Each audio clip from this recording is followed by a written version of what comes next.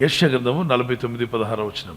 చూడుము, నా అరచేతుల మీదనే నిన్ను చెక్కి ఉన్నాను, నీ ప్రాకారములో నిత్యము నా ఎదుట ఉన్నవి. ఎంత నిన్ను ప్రేమిస్తున్నాడో ఈ వాక్యంలో రాయబడింది. భూమిని, ఆకాశమును, సముద్రమును, సూర్యుడు, చంద్రుడు, నక్షత్రాలు, అద్భుతమైనటువంటి స్పేస్లో ఎన్నో ఉన్నాయి పిల్లరా. వాటన్నిటినీ కలుగు చేసిన వాడు మన దేవుడు. సర్వమును చేసినటువంటి గొప్ప చేతి మీద మన పేర్లు రాసుకున్నాడు, మనల్ని జ్ఞాపం చేసుకుంటున్నాడు. దేవుని చెయ్యి ఎంత బలమైందంటే ఆయన ఆజ్ఞాపించగా తుఫాను ఆగిపోయింది, ఆ కెరటాలు నెమ్మలమైపోయాయి. తుఫాను గాలులను కూడా అణిచివేస్తుందా? అవును.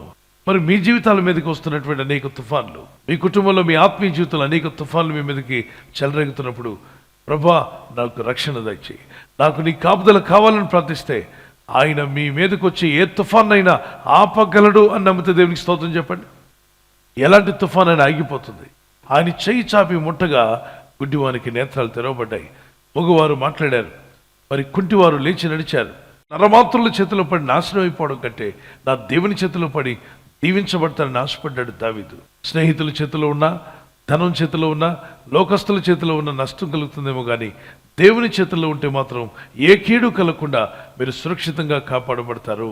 ఆ 5 రొట్టెలు, ఆ 2 చేపలు తీసుకొచ్చి యేసయ్య చేతిలో పెట్టగా ఆయన చేతుల్లోకి రాగా 5 రొట్టెలు కొన్ని వేల మందికి ఆహారంగా మారాయి.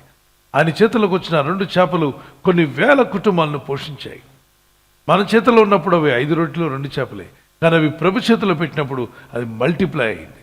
మీ జీవితంలో కూడా ఇంక్రీజ్ చూడాలనుకుంటున్నారు. ఆర్థికంగా, ఆత్మీయంగా, మానసికంగా మీరు వర్ధిల్లాలి, విస్తరించాలి అనుకున్నట్లయితే మన జీవితాన్ని మన చేతుల్లో కాదు, ఆయన చేతుల్లో పెట్టుకుందాం. కుమ్మరవాని చేతిలో జిగటమట్టుంటే ఏ పాత్రగానైనా ఆయన మలచగలడు. ఒకవేళ మన జీవితాలు కూడా దేవుని చేతిలో ఒక జిగటమట్టిగా పెట్టుకోగలిగితే అద్భుతమైన రూపాన్ని ప్రభు తీసుకొస్తాడు.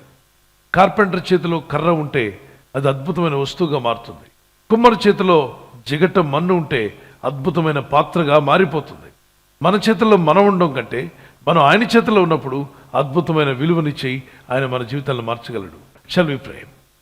పరిశుద్ధమైన మా తండ్రి, నీ కృపగా స్తోత్రాలు చెల్లిస్తున్నాను.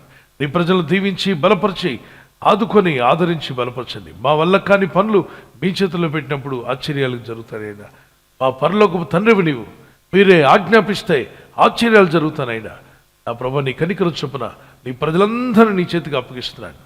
Let wonders happen, miracles happen to your people. వారి కుటుంబాల్లో ఆశ్చర్యాలు జరగడం మేము చూడాలి, అద్భుతాలు జరగడం చూడాలి. వారు వర్ధిల్లాలి, మేలు పొందుకోవాలి, మంచి ఆరోగ్యాన్ని, మనశ్శాంతిని, సమాధానంను, వారి కుటుంబంలో ఆర్థిక అభివృద్ధిని ఉభయదేవులను దీవించినట్టుగా వీరిని కూడా దీవించి బలపరిచి వర్ధిల్ల చేయమని, ఈ రాత్రి నెమ్మదితో పండుకొని సురక్షితంగా కాపాడబడినట్లుగా నీ అగ్ని కంచి వేసి మమ్మల్ని కాపాడండి. మీ చిత్తములో కొనసాగే కృప అందరికీ దయచేయమని యేసుక్రీస్తు ప్రశస్త నామములో వీరందరికీ చక్కని నిద్ర దయచేసి తెల్లవారు లేచి కృపను మాకిమ్మని క్రీస్తు నామములో అడిగి వేడుకుంటున్నామా పరలోకపు తండ్రి. ఆమేన్, ఆమేన్. ఈ వాగ్దానం విని ఊరుకోవద్దు. వాగ్దానం విన్నాక ఆమెన్ చెప్పి ఇతరులందరికీ షేర్ చేయండి, లైక్ చేయండి. అలాగే సబ్స్క్రైబ్ చేయని వారందరూ సబ్స్క్రైబ్ చేయండి. ఈ దేవుని మాటలు అనేకులకు చేరవేయండి. Good night. God bless you.